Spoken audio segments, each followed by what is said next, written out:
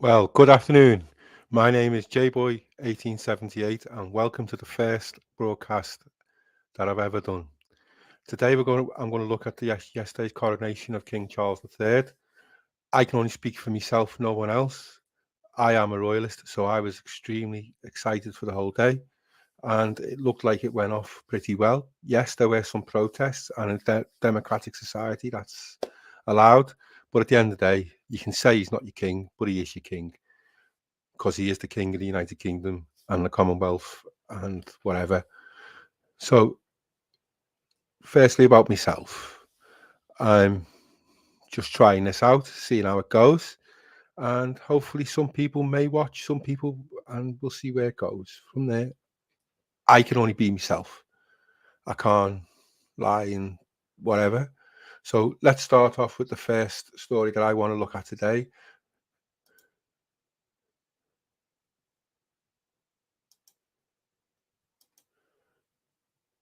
And I'm sorry I'm not the quickest, but I'm still trying to learn all this stuff.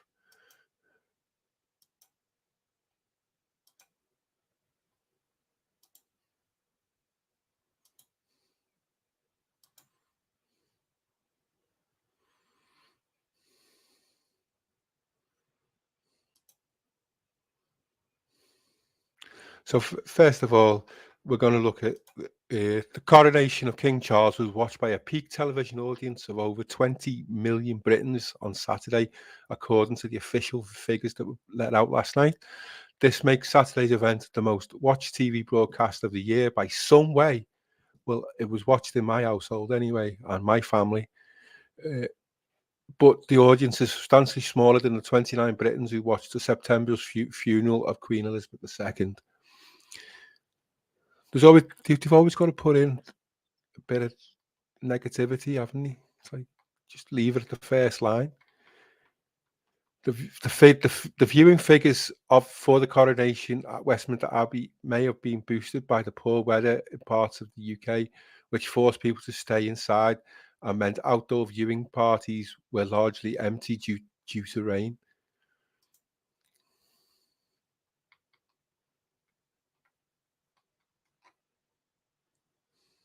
The vast majority of the audience watched the BBC's coverage, which was helmed by Hugh Edwards and broadcast on BBC One, BBC Two, and BBC News channel to a peak audience of 15.5 million. ITV, which is where I watched it, is uh, topped out at 3.6 million. Sky, 800,000. People across Sky News and Sky, according to the official bar viewing figures provided by Agency Digital. Well, I do think there's something that people may not have wanted to go to parties and stuff because it was a bit wet. That's up to them, isn't it? But I was always planning to stay at home and watch it with my wife. The vast majority of the audience, well, what read that bit. Don't worry about the mistakes. I'll get rid of them eventually. Before the coronation, there had been a dispute with newspaper groups and smaller channels, GB News and Talk TV, over access to footage. They were upset that the BBC was only willing to share live footage of the coronation at a very high price. The Guardian also reported concerns within the BBC about the policy of submitting some footage to Royal Palace for approval. Well, it's one of the, it's a live broadcast to the nation's interest. It should be allowed to go to all broadcasters. That's just my opinion, you know, maybe for a small cost, but some of the figures I heard banded about were a bit heavy. I'm not going to report them because I don't know how true they are. Is There was limited airtime given to anti-monarchist views during Saturday's broadcast, despite concern over the police arresting the head of the leading Republican movement hours before the coronation. The television view figures do not include the small but substantial number of people who watched the coronation through live streams and through non-traditional broadcast methods, such as YouTube. There was quite a few like YouTube channels showing it out. I know Steph the Alternate and the Aussie Overlord also broadcast it to their respective audiences. Didn't see what kind of view figures they had, but they both have good audiences normally. The television view figures, Channel 4 convinced 138,000 people that they would prefer to spend a rainy Saturday morning watching Rowan Atkinson and Johnny English Strikes Again rather than try to glimpse King Charles III being anointed with holy oil from the 12th century ceremonial spoon.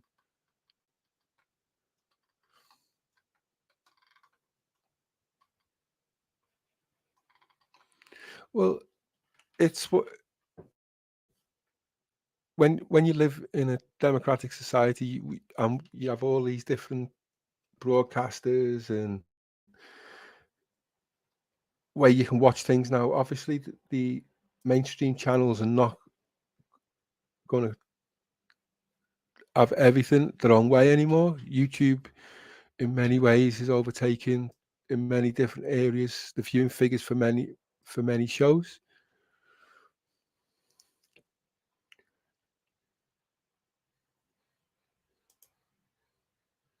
Now, I don't know if anyone is actually watching. I don't know how to do all the analytics, so I'll just keep babbling and see where we go. Now, the next story I wanted to look at was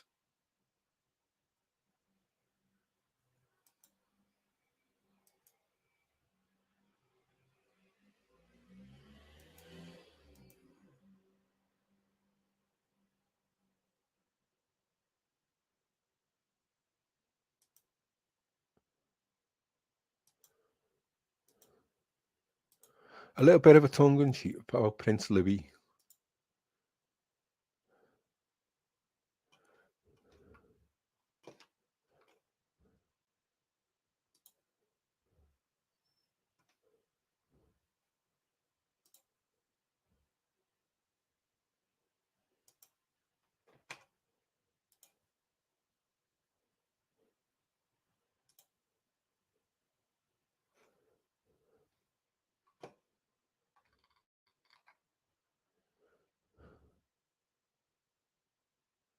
Could anyone else really compare to the young scene stealer in chief, Prince Louis? I mean, he's quite entertaining to watch.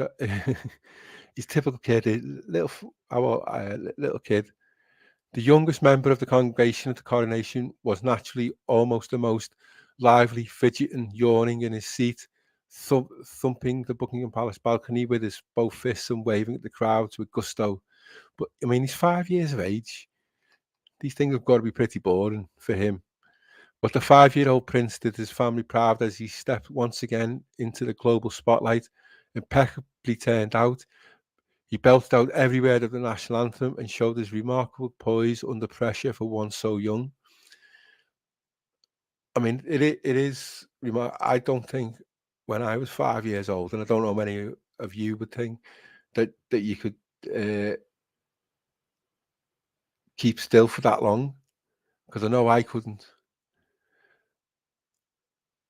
As has become a custom, he was the only one guided by his eldest sister, Princess Charlotte, 8, who calmly and confidently took the reins. The young siblings proceeded both in and out of the Westminster holding hands, whispering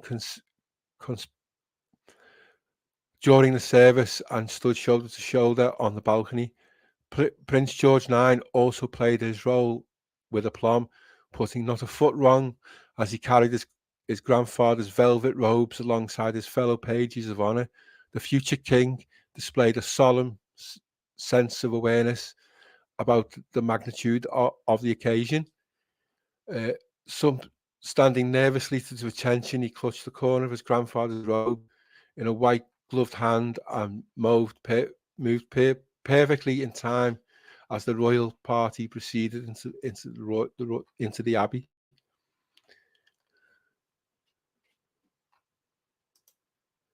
The king appeared relieved to see his grandson and his fellow pages of honour on arrival at the abbey, After a apparent hiccup over timings, the school pose appeared to dash towards the king as soon as he alighted from the Diamond Jubilee state coach.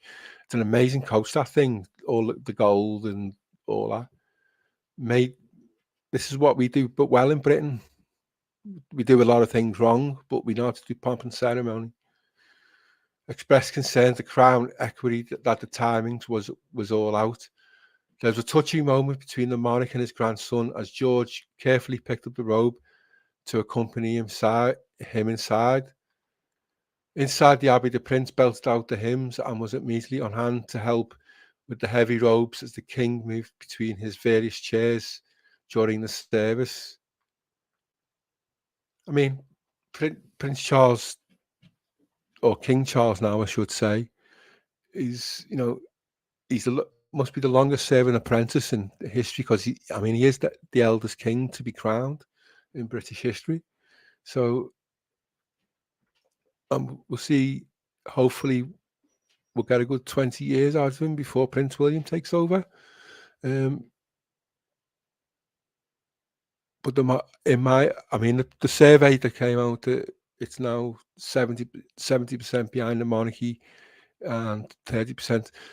People have the absolute right to protest on any subject whatsoever, but people also have the right to oppose people who they disagree with. That's a free society.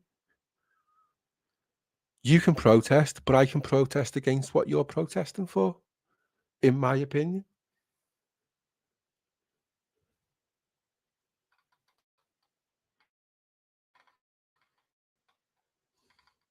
He's a good looking little kid. We'll see what happens to him over the years.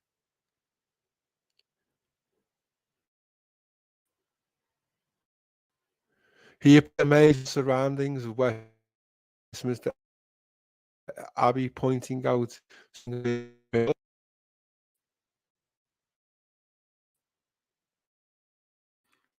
one now, I think.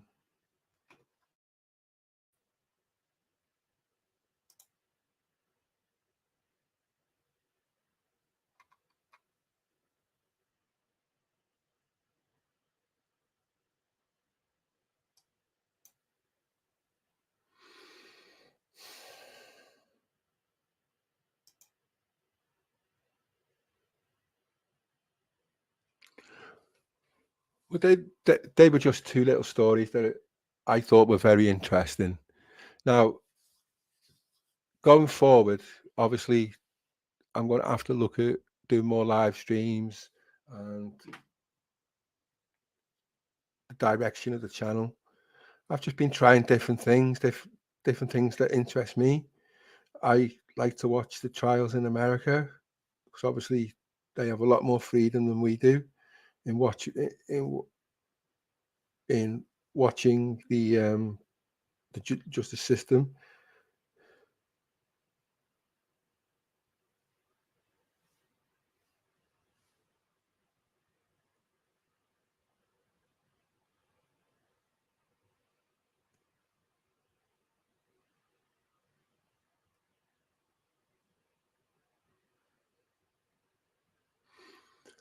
Sorry, I've just got a message to come through. Sorry about that. So, what I would be very interested in, if anyone's interested, is all my contact details are in the description. If you want to send suggestions of what we can do to improve things, what stories you want me to look at, uh, I'm just going to put out stuff that interests me, and we will see where it goes from there.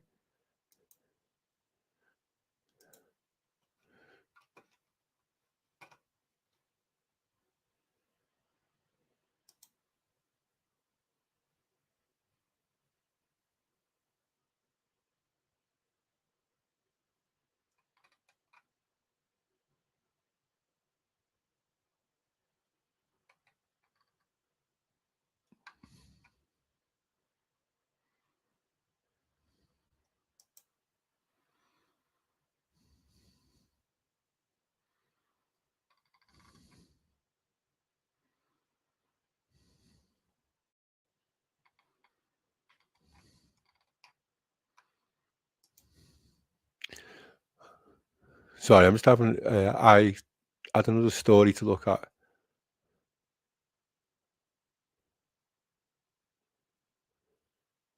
and it sort of disappeared on me. I don't know what I've done. My first boomer moment, eh?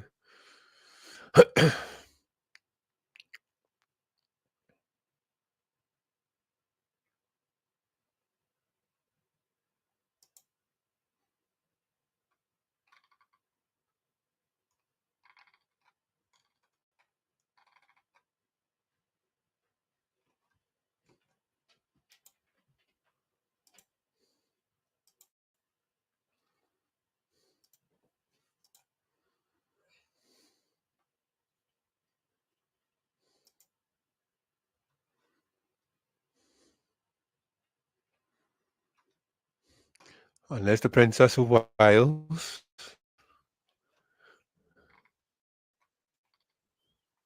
The Princess of Wales showed us the monarchy's future is assured.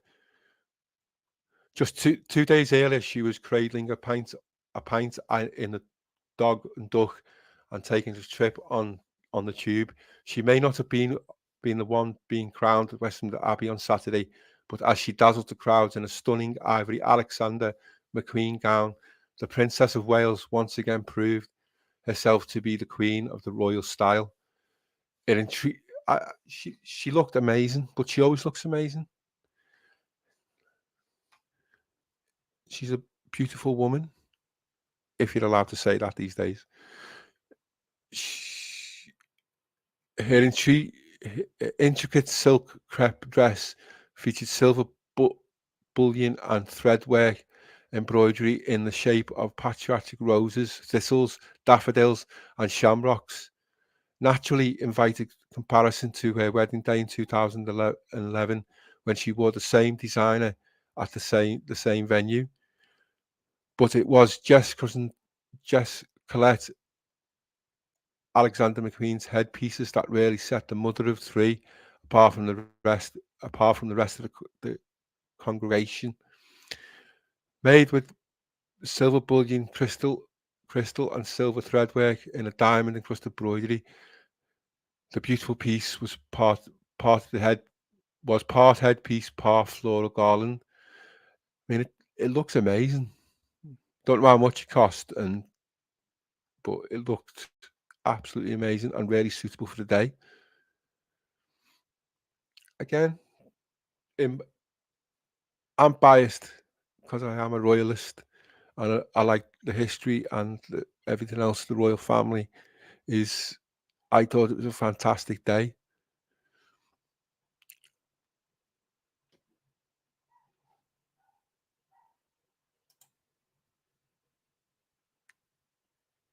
Now, I just want to talk about,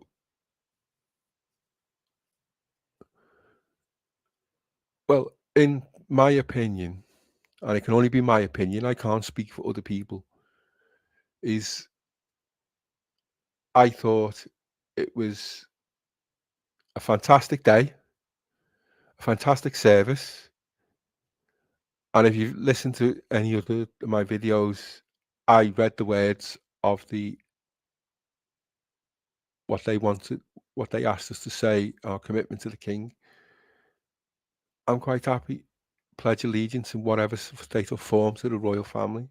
That's just me.